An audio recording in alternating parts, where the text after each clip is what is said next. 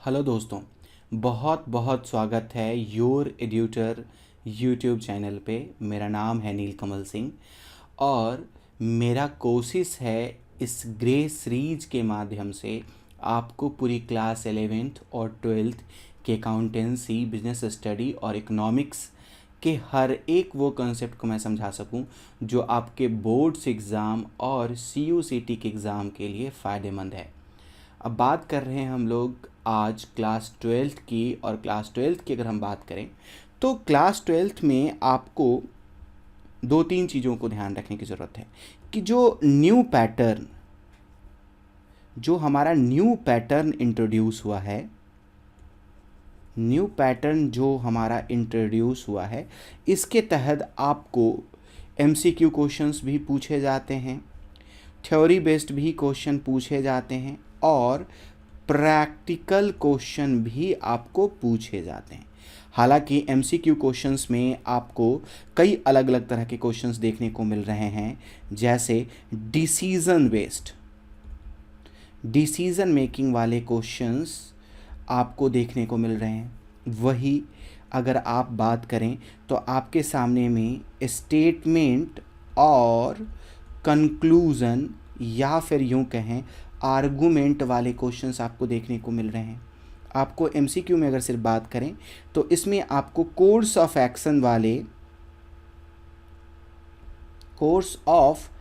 Action वाले questions भी आपको देखने को मिल रहे हैं। इसके बाद आपको कई अलग अलग तरह के भिन्न भिन्न तरह के क्वेश्चंस में आपको एजम्पशन एंड आर्गूमेंट वाले क्वेश्चंस भी देखने को मिल रहे हैं।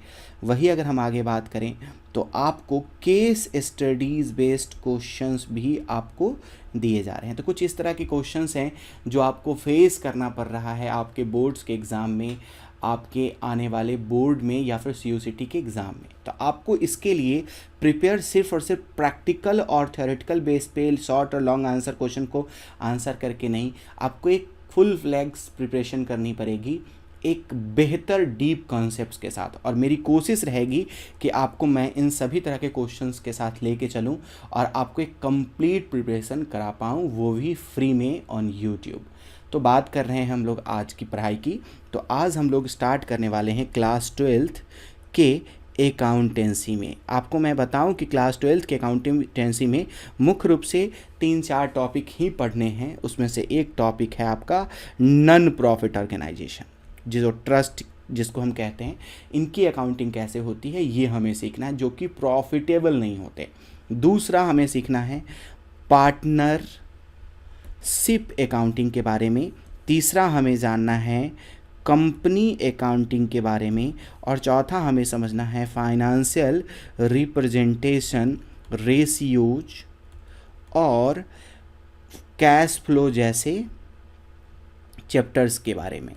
तो ये कुछ हमारे सामने में है जो हमें देखना है, जानना है, समझना है और हमें प्रिपरेशन को कंप्लीट करना है। ये क्लास 12th में हमें इन सभी चैप्टर्स के बारे में जानना समझना है। अब आइए हम लोग शुरू करते हैं इस क्लास 12th के सीरीज में। सबसे पहले हम लोग शुरू करने वाले हैं पार्टनरशिप के बारे में। जी हाँ, ये पार्टनरशिप एक काफ़ी इम्पॉर्टेंट टॉपिक, अगर इसकी बात करें आप तो पार्टनरशिप के तहत आपको क्या क्या चीज़ें पढ़नी है वो जानिए। पार्टनरशिप के तहत आपको ये कुछ चैप्टर्स पढ़ने हैं।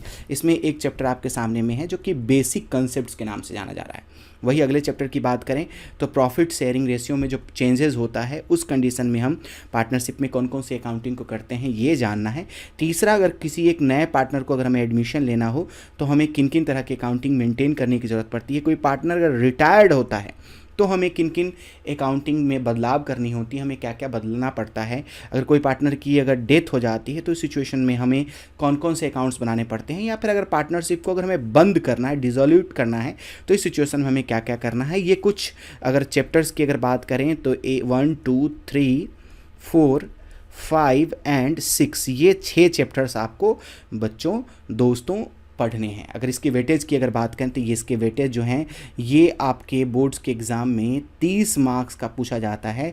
और इसके पैटर्न की बात करें तो इसमें आपको short questions, long questions, practical questions और MCQ देखने को मिलता है, और MCQ में भी हर वो लेटेस्ट पैटर्न जो है, लेटेस्ट पैटर्न वाले क्वेश्चंस आपको देखने मिलते हैं। आपको इस पे आधारित केस स्टडीज़ भी आपको पूछा जाता है। तो ये कुछ नए टॉपिक्स जो हमें, ये नए तरह के क्वेश्चन जो हमें देखने हैं, इसको लेकर के भी हम इस अपने पढ़ाई में कवर करने का कोशिश करेंगे, जानने का कोशिश करेंगे। पर समझिए, क्लास 11th में हमने क्या पढ़ा था। क्लास 11th से अगर हम अपनी पढ़ाई को कनेक्ट करने का कोशिश करें, हम आगे कंटिन्यू करने का कोशिश करें, तो हम जानते हैं कि क्लास 11th में हम लोगों ने सोल प्रोप्राइटरशिप के बारे में पढ़ा था। सोल प्रोप्राइटरशिप के बारे में हमने पढ़ा था, जो कि वन एंड ओनली आर्मी हुआ करता था, वो सारे बिजनेस को वो खुद संभालता था। इसके तहत हम लोगों ने अकाउंटिंग में सीखा था कि हम जर्नल कैसे करते हैं।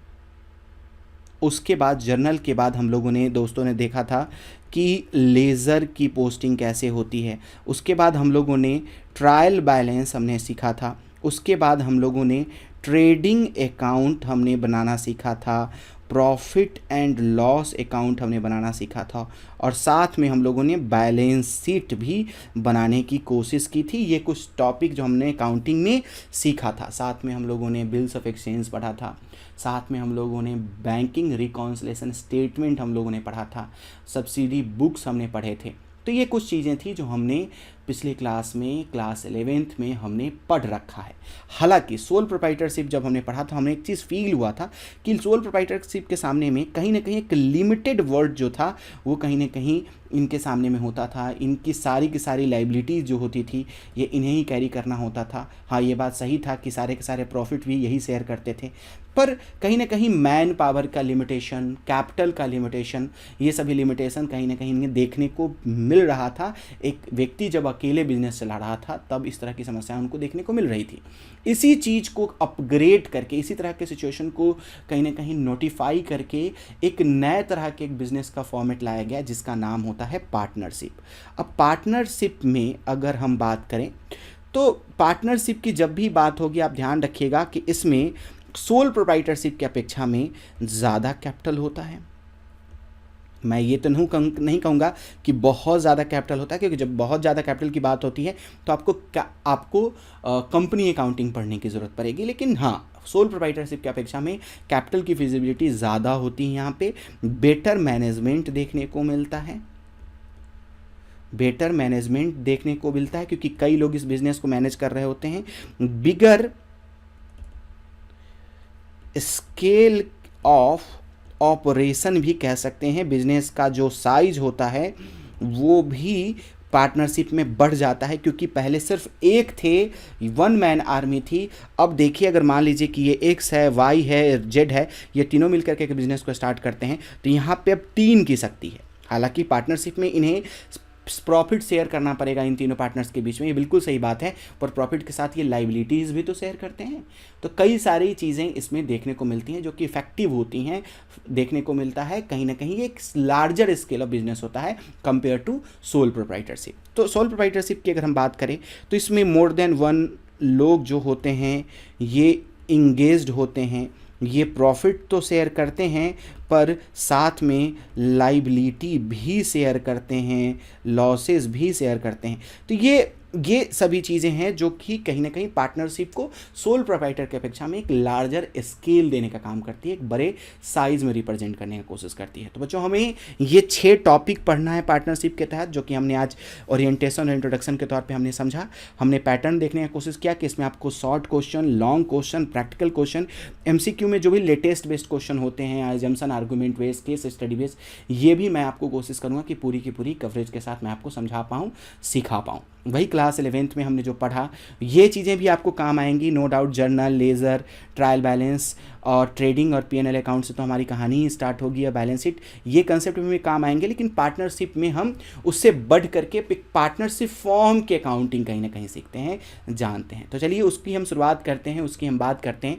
तो आज हम बात करने वाले हैं सबसे पहले पार्टनरशिप में बेसिक कंसेप्ट की, जो कि हमारा सबसे पहला टॉपिक है पार्टनरशिप का, और हम जानने का कोशिश करेंगे कि पार्टनरशिप के बेसिक कंसेप्ट के अंतर्गत हमें क्या क्या सीखनी है, क्या क्या चीज़ों को जाननी है। तो पार्टनरशिप के बेसिक कंसेप्ट को शुरू करने से पहले आपको सबसे पहले समझना है इंट्रोडक्शन टू पार्टनरशिप। पार्टनरशिप का इंट्रोडक्शन से क्या है, क्या कहलाता है पार्टनरशिप। तो पार्टनरशिप इज अ रिलेशनशिप, बिल्कुल, बिटवीन द पार्टनर्स, पार्टनर्स के बीच के एक रिलेशनशिप की बात करते हैं, who have agreed to share profit of business, business के प्रॉफिट को जो लोग आपस में शेयर करने के लिए एग्री करते हैं, सहमत होते हैं।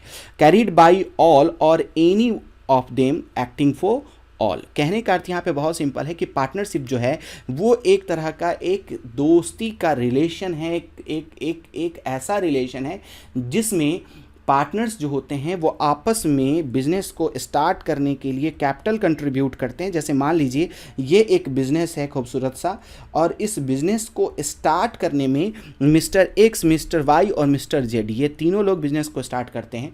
पर ध्यान रहे कि ये तीनों लोग सिर्फ बिजनेस स्टार्ट करने के लिए ही सिर्फ इंटरेस्टेड नहीं होने चाहिए। बिजनेस स्टार्ट करने के बाद ये रिटर्न में इन्हें उस बिजनेस से प्रॉफिट अथवा लॉस भी शेयर करना जरूरी है। हाँ, पार्टनरशिप ये ज़रूर कहती है कि हाँ, कोई ज़रूरी नहीं है कि पार्टनरशिप में सिर्फ और सिर्फ सभी पार्टनर्स ही उसमें पार्टिसिपेट करें बिजनेस के एक्टिविटीज़ में। इसमें से कोई भी एक व्यक्ति भी चाहे तो बिजनेस को चला सकता है, पर ध्यान रहे कि प्रॉफिट हम तीनों में बांटना है, पार्टनर्स के सभी पार्टनर्स में पार्टनरशिप के प्रॉफिट और लॉस का डिस्ट्रीब्यूशन और लाइबिलिटीज का शेयरिंग होना जरूरी होता है। तो आप हम मोटा मोटी समझ सकते हैं कि पार्टनरशिप में जो पार्टनर्स होते हैं वो प्रॉफिट या शेयर को बांटना एक कंपलसरी एक्सपेक्ट देखा जाता है पार्टनरशिप के तहत। हाँ, कोई ज़रूरी नहीं है कि तीनों पार्टनर्स जो हैं बिजनेस को चलाएं। पार्टनर्स को बिजनेस को चलाने के लिए कोई एक पार्टनर भी उसमें से बिजनेस को कैरी कर सकता है सबके बिहाफ में। तो ये पार्टनरशिप जो है ये इंट्रोडक्शन के तौर पे कहीं ना कहीं हमें सिखाता है, बताता है। वही अगर हम आगे बात करें तो पार्टनरशिप कितने तरह के होते हैं, टाइप्स ऑफ पार्टनरशिप की अगर हम बात करें, हालांकि आप क्लास 11th में जरूर पढ़े होंगे, फिर भी मैं आपको बताऊं कि क्लास 11th की अगर पार्टनरशिप की अगर बात करते हैं तो पार्टनरशिप दो बेस पे डिस्ट्रीब्यूट होते हैं, टाइम के आधार पे और लाइबिलिटीज़ के आधार पे, जिम्मेवारियों के आधार पे और दायित्वों के आधार पे और समय के आधार पे। जब समय के आधार पे अगर बात होती है तो आपको ध्यान रहे दोस्तों कि समय के आधार पे पार्टनरशिप जो होता है हमारा, उसमें सबसे पहला होता है पार्टनरशिप एट विल। इसमें कोई भी समय निर्धारित नहीं होता, नो लिमिट ऑफ टाइम होता है, इसमें कोई भी समय का लिमिट नहीं होता। ध्यान रहे, जब तक चलेगा तब तक चलेगा वाला सिचुएशन होता है। इसमें कोई पहले से क्लियर नहीं किया गया रहता कि नहीं भाई हम इतने ही समय तक हम इस बिज़नेस को चला पाएंगे, इतने ही समय तक हम बिज़नेस को रन कर पाएंगे। इसके साथ होती है कि जब तक हम चला पाएँ तब तक हम चलाएंगे। और इसके पार्टनरशिप की जो एग्रीमेंट होती है, जो आगे आपको मैं समझाऊंगा कि एग्रीमेंट कितना इंपॉर्टेंट होता है, इस एग्रीमेंट पे क्लोजर डेट की कोई मेंशनिंग नहीं होती है। कोई भी ऐसा जानकारी नहीं होता है कि भैया हम बिजनेस को हैं वो बंद करने वाले हैं इस फलना डेट को, ऐसी कोई जानकारी यहाँ पे नहीं होती है। तो याद रहे कि इसमें एग्रीमेंट में कोई भी क्लोजर डेट जो हो नहीं मेंशन होता है, क्लोजर डेट नहीं दिया गया रहता है। ये इसी ऑब्जेक्टिव से चलाया जाता है कि जब तक चल पाए तब तक हम इसको चलाएंगे। वही अगर हम बात करें फॉर अ फिक्स पीरियड, ये पहले ही क्लियर कर दिया है कि एक फिक्स्ड टाइम के लिए ही ये पार्टनरशिप स्टार्ट किया जाता है। और बिल्कुल इसमें इस पार्टनरशिप के एग्रीमेंट में आप गौर करेंगे तो क्लोजर डेट पहले से ही मेंशन होता है। क्लोजर डेट पहले से बताया गया होता है कि इस फलना तारीख को, जैसे मैं 25/12/2025 को मैं इसको बंद कर दूंगा, तो ये पहले से ये डिसाइडेड रहता है, पहले से ये बता दिया गया रहता है। तो ये अंतर होता है। टाइम बेस्ड वाले पार्टनरशिप की बात करें तो पार्टनरशिप एट विल जो होता है वो जब तक चलेगा हम चला पाएंगे ये कहता है। जबकि वही अगर हम बात करें फिक्स पार्टनरशिप की बात करते हैं, फिक्स पीरियड ऑफ पार्टनरशिप की बात करते हैं, तो इसमें डेट पहले से क्लियर होता है, मेंशन्ड होता है कि इस डेट को हम ये बंद कर देंगे। वही हम बात करें पार्टनरशिप बाय पार्टिकुलर ऑब्जेक्ट की बात करते हैं, तो इसमें किसी एक खास काम के लिए या फिर यूं कहें प्रोजेक्ट के लिए ये पार्टनरशिप स्टार्ट किया जाता है। किसी एक खास काम या प्रोजेक्ट के लिए पार्टनरशिप स्टार्ट होता है। जैसे कि अगर अभी विंटर चल रहा है तो विंटर क्लोथेस को लेकर के जो एक बिजनेस स्टार्ट किया गया विंटर के क्लोथेस को स्टार्ट करके, अगर मैं और मेरा एक दोस्त रामू नाम का व्यक्ति है, हम दोनों ने विंटर के क्लोथेस को लेकर के एक बिजनेस को स्टार्ट करा, तो ये हमारा पार्टनरशिप फॉर अ प्रोजेक्ट होगा। कहने का मतलब ये है कि ये नवंबर से बिजनेस स्टार्ट होगा और मार्च तक जा करके ये बिजनेस जो है ये ख़त्म हो जाएगा, पूरा हो जाएगा। तो एक खास प्रोजेक्ट जब पूरा हो जाता है तो ऑटोमेटिकली ये बिज़नेस जो होता है वो वाइंड अप हो जाता है। तो खास किसी काम के लिए शॉर्ट पीरियड के लिए बिज़नेस जो है वो स्टार्ट किया जाता है, शॉर्ट ड्यूरेशन के लिए स्टार्ट किया जाता है। जैसे कि आप अगर दिमाग अगर थोड़ा सा अगर लगाएं तो जैसे अगर दीपावली आने वाली है तो दीपावली के लिए हम दिए का एक बिज़नेस स्टार्ट करते हैं, जिसमें 3 दोस्त मिल करके दिए का मार्केटिंग और बिज़नेस एक बाज़ार लगाते हैं और जो संभव होता है बेचते हैं। और जब बिज़नेस जो दीपावली जब ओवर हो जाता है तो इस दिए को के बिज़नेस से हमने जो भी प्रॉफिट कमाया ये हम अपने दोस्तों के बीच में बांट करके चलता बनेंगे। मतलब ये जो प्रोजेक्ट होता है ये प्रोजेक्ट बेस्ड होता है, ये बिज़नेस, ये काम कंप्लीट होते ही ये ऑटोमेटिकली बिज़नेस जो है वो ओवर हो जाता है। तो समय के आधार पे अगर हम बात करें तो ये 3 कैटेगरी में बांटे जा सकते हैं। पहला जो है वो विल पे है कि जब तक इच्छा हो तब तक हम चलाएं, ये एक नॉर्मल पार्टनरशिप के तौर पे देखा जाता है। हालांकि एक पार्टनरशिप ऐसा भी होता है जिसमें कब ये बिजनेस को बंद करना है ये पहले से मेंशन्ड होता है। वही अगर हम बात करें पार्टनरशिप फॉर पार्टिकुलर प्रोजेक्ट की जब बात करें तो इसमें आपको ध्यान रहे दोस्तों कि इसमें हमें ये बात ध्यान रखना होता है कि ये काम जो ये बिज़नेस जो है ये जो पार्टनरशिप स्टार्ट जो किया गया है ये पार्टिकुलर वर्क के लिए स्टार्ट किया गया है।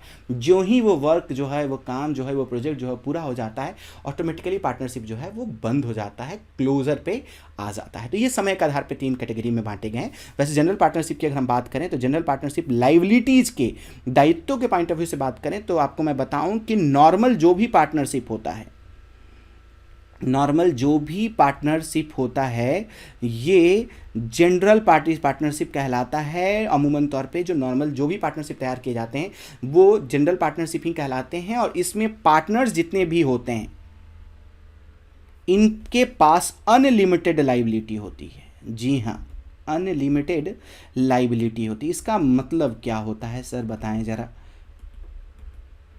अनलिमिटेड लाइबिलिटीज़ की जब भी बात होगी आपको ध्यान रहे कि अगर आप एक पार्टनरशिप 3 दोस्त मिलकर के आपने अगर स्टार्ट किया है और ये पार्टनरशिप पे काफ़ी ज़्यादा एक पार्टनरशिप फॉर्म आपने स्टार्ट किया है और ये आप 3 दोस्त हैं, एक का रामू है, एक का नाम सोनू है और एक का नाम गोनू है। रामू मोनू और गोनू नाम के 3 दोस्त मिलकर के एक पार्टनरशिप को स्टार्ट करते हैं और इस पार्टनरशिप में खूब सारा कैपिटल लगाते हैं। पर ये पार्टनरशिप फॉर्म जो है ये लगातार लॉसेज में चला जाता है, बैंक का लोन हो जाता है, बहुत सारे डेटर का कर्ज हो जाता है। अब इस सिचुएशन में इस पार्टनरशिप फॉर्म के पास इतना पैसा नहीं है कि इनको पे करे। इस अवस्था में पार्टनर्स जो होते हैं इन पे अनलिमिटेड लाइबिलिटीज़ जो है वो आ जाती है। इस अवस्था में आपको जानकारी हो कि पार्टनरशिप फॉर्म के लाइबिलिटीज़ को चुकाने के लिए ये तीनों पार्टनर्स के पर्सनल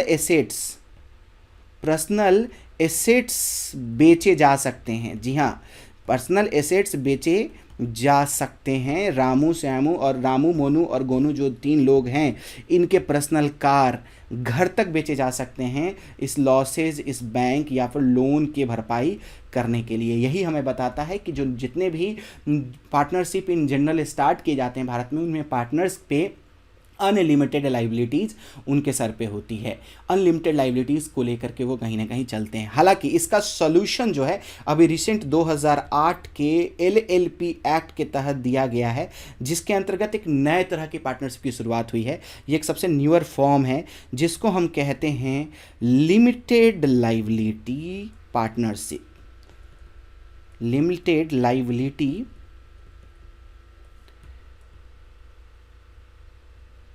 पार्टनरशिप, जिसको हम LLPs के तौर पे भी प्यार से जानते हैं। ये LLPs एक्ट 2008 के तहत इसकी एस्टेब्लिशमेंट हुई है। इसमें जो पार्टनर्स बनते हैं इनकी लायबिलिटी उनके कैपिटल तक ही लिमिटेड होती है। आइए इसके बारे में भी हम चर्चा करें, इसके बारे में भी हम जान जाएं। तो लिमिटेड लायबिलिटीज़ पार्टनरशिप जो है ये LLP एक्ट जो है 2008 इसके तहत इसे इंट्रोड्यूस किया गया है भारत में और ये कहता है कि LLPs allows for a partnership structure where each partner's liability are limited। To the amount they put into the business, मतलब एक बिजनेस फॉर्म में जितना पैसा पार्टनर ने लगाया है उनकी लायबिलिटी वहीं तक सीमित है। जैसे मान लें कि यहाँ पे एक पार्टनरशिप फॉर्म है जिसमें बहुत सारे लोगों ने पैसा लगाया है, पर ये पार्टनरशिप जो है ये लिमिटेड लायबिलिटीज़ पार्टनरशिप है। इसमें रामू नाम के व्यक्ति ने जो है ये 5 लाख रुपया जो है लगाया है और श्यामू नाम के व्यक्ति ने 10 लाख रुपया लगाया है। ये बिजनेस लाख 1 करोड़ का भी अगर लॉस में चले जाए तो भी आपको ध्यान रहे कि रामू और श्यामू का जो लाइबिलिटी का जो दायरा है वो सिर्फ और सिर्फ लिमिटेड होगा 5 लाख से 10 लाख तक ही। जितना उन्होंने कैपिटल कंट्रीब्यूट किया है वो उतने ही कैपिटल के लिए, उतने ही जिम्मेवारी, उतने ही लाइबिलिटीज़ के लिए वो जिम्मेवार माने जाते हैं, या फिर पहले से तय कर लिया जाता है कि आपकी लाइबिलिटीज़ कितनी रहेगी इस फॉर्म में। तो ये इससे तय हो जाता है पहले से कि हमें कोई अनलिमिटेड लाइबिलिटीज़ का सामना नहीं करना पड़ेगा। पहले से क्लियर यहाँ पे होता है कि इतने ही लाइबिलिटीज़ का मैं जिम्मेवार हूँ और इतने ही लाइबिलिटीज़ का मैं जिम्मेवार हूँ। यही एक खूबसूरती होती है लिमिटेड लाइबिलिटीज़ पार्टनरशिप की, जो कि 2008 में भारत में इंट्रोड्यूस किया गया था। हालांकि इसके कुछ खासियत और कुछ खामियां भी हैं। अगर हम इसके खासियत की बात करें, अगर की बात करें तो सबसे पहली बात कि इसमें कोई भी मिनिमम कंट्रीब्यूशन का रिक्वायरमेंट नहीं होता। आप जो भी आपके पास पैसा है आप उतने पैसे के साथ आप इस फॉर्म को ज्वाइन कर सकते हैं। नॉर्मल पार्टनरशिप के तहत आपको सभी पार्टनर के बीच में एक समझौता करना पड़ता है कि जो नया पार्टनर आएगा वो कितना पैसा लेके मिनिमम आएगा, वो एक तय किया जाता है। लेकिन इसमें ऐसी कोई भी चीज़ नहीं होती। आपके पास जितना पैसा है, अगर आपके पास अगर 5,000 रुपये पड़े हैं तो हो सकता है कि आप 5,000 रुपये के साथ ही इस बिज़नेस में ज्वाइन कर लें, बिज़नेस में आ जाएँ। ये एक सबसे अच्छी खासियत होती है, इसकी एक एडवांटेज में आती है। सबसे पहली बात कि इसके ऑनर्स का कोई लिमिट नहीं होता है। मिनिमम 2 पार्टनर इसके तहत हो सकते हैं, पर मैक्सिमम की कोई भी लिमिट नहीं है। इसमें हजारों लोग इसमें जोड़े जा सकते हैं इस पार्टनरशिप के मैटर में। इसका रजिस्ट्रेशन जो होता है ये बहुत ही ज़्यादा ज़रूरी होता है। बिना रजिस्ट्रेशन का लिमिटेड लायबिलिटीज़ पार्टनरशिप जो है ये भारत में रन नहीं कर सकता। इसके लिए कंपलसरी वर्क होता है कि इसको रजिस्टर करें। हालांकि जनरल पार्टनरशिप की बात जब करें, जो लिमिटेड लायबिलिटीज़ पार्टनरशिप के अलावा वाली होती है, उसमें रजिस्ट्रेशन कंपलसरी नहीं है। आप चाहें तो करवा सकते हैं, नहीं भी करवा सकते हैं। पर लिमिटेड लायबिलिटीज़ पार्टनरशिप की जो रजिस्ट्रेशन होती है वो प्राइवेट कंपनी के जैसी होती है, और जो रजिस्ट्रार ऑफ कंपनी जो होते हैं ROC, उन्हीं के ऑफिस में इसकी भी रजिस्ट्रेशन होती है, ध्यान रहे। हाँ, कंपनी के रजिस्ट्रेशन कराने में कॉस्ट थोड़ा ज़्यादा लगता है। इसमें कॉस्ट जो है वो कम लगता है, ये एक इसका एडवांटेज है। कोई भी रिक्वायरमेंट नहीं है कंपलसरी ऑडिट का। हाँ, तब तक रिक्वायरमेंट नहीं है जब तक 25 लाख तक का पार्टनर्स का कंट्रीब्यूशन ना हो जाए। पार्टनर्स कंट्रीब्यूशन की अगर हम बात करें तो पार्टनर्स का कंट्रीब्यूशन 25 लाख तक है, तब तक आपको ऑडिट करवाने की ज़रूरत नहीं पड़ती है कंपलसरी ऑडिट की। और अगर टर्नओवर की बात करें तो टर्नओवर अगर 40 लाख तक है तो भी आपको ऑडिट कराने की ज़रूरत नहीं है। कहने का अर्थ ये है कि सभी पार्टनर्स के द्वारा मिलाया गया पूंजी 25 लाख से कम या 25 लाख से कम है तो आपको ऑडिट करवाने की ज़रूरत नहीं है। आपको ऑडिट कराने की ज़रूरत नहीं है। आपका टर्नओवर अगर आपके बिजनेस का 40 लाख या 40 लाख से कम है तो भी आपको ऑडिट कराने की ज़रूरत नहीं है। कंपलसरी ऑडिट की कोई आवश्यकता नहीं है। हाँ, अगर 40 लाख से ज़्यादा, 1 रुपया भी ज़्यादा अगर होता है तो आपकी मजबूरी है कि आपको कंपलसरी ऑडिट कंपनी की तरह करवाने की ज़रूरत पड़ेगी। यहाँ पे अगर आपके पार्टनर्स का कंट्रीब्यूशन भी अगर 25 लाख से अगर ज़्यादा बन जाता है तो उस सिचुएशन में भी आपको कंपलसरी ऑडिट कराने की ज़रूरत पड़ती है। कुछ डिसएडवांटेज भी हैं। डिसएडवांटेज की अगर हम बात करें तो सबसे पहला हेवी पेनाल्टी होता है। अगर जो रूल्स हैं, कंप्लाइंसेस हैं, जो रूल्स रेगुलेशंस हैं, अगर आप उसमें कोई खिलवाड़ करते हैं, अगर आप रूल रेगुलेशन को फॉलो नहीं करते हैं तो आप पे हेवी पेनाल्टी इम्पोज की जाती है। अगर आप इसमें एक और डिसेबिलिटी होती है कि कोई भी आदमी इसमें इक्विटी इन्वेस्टमेंट नहीं कर सकता। कोई एंजल इन्वेस्टर है, कोई अगर आप में अगर इन्वेस्ट करना चाहता है तो उस सिचुएशन में इसमें कोई इन्वेस्ट नहीं कर सकता। कोई भी आउटसाइडर, याद रहे इसमें सिर्फ और सिर्फ इन्वेस्टमेंट करने का अधिकार पार्टनर्स को ही होता है, कोई बाहरी व्यक्ति इसमें इन्वेस्टमेंट नहीं कर सकता। एक लिमिटेशन के तौर पे आप देख सकते हैं, क्योंकि अगर आपको कोई अगर एंजल इन्वेस्टर चाहिए, कोई अगर आपको इसमें स्टेक होल्डर चाहिए, तो आप ये काम नहीं कर सकते इसके अंतर्गत। हाँ, इसमें जो कमाई होती है उस पर काफ़ी ज़्यादा टैक्स दिए लगता है, टैक्स का रेट जो होता है ये इसमें काफ़ी ज़्यादा देखने को मिलता है। तो ये कुछ इसके खामियां भी हैं लिमिटेड लाइबिलिटीज़ पार्टनरशिप के अंतर्गत। तो नॉर्मली भारत में जो है वो जनरल पार्टनरशिप की शुरुआत की जाती है, जनरल पार्टनरशिप के तौर पे देखने को मिलता है। हालांकि भारत में लिमिटेड लाइबिलिटीज़ पार्टनरशिप स्टार्ट करने का भी प्रोविज़न है।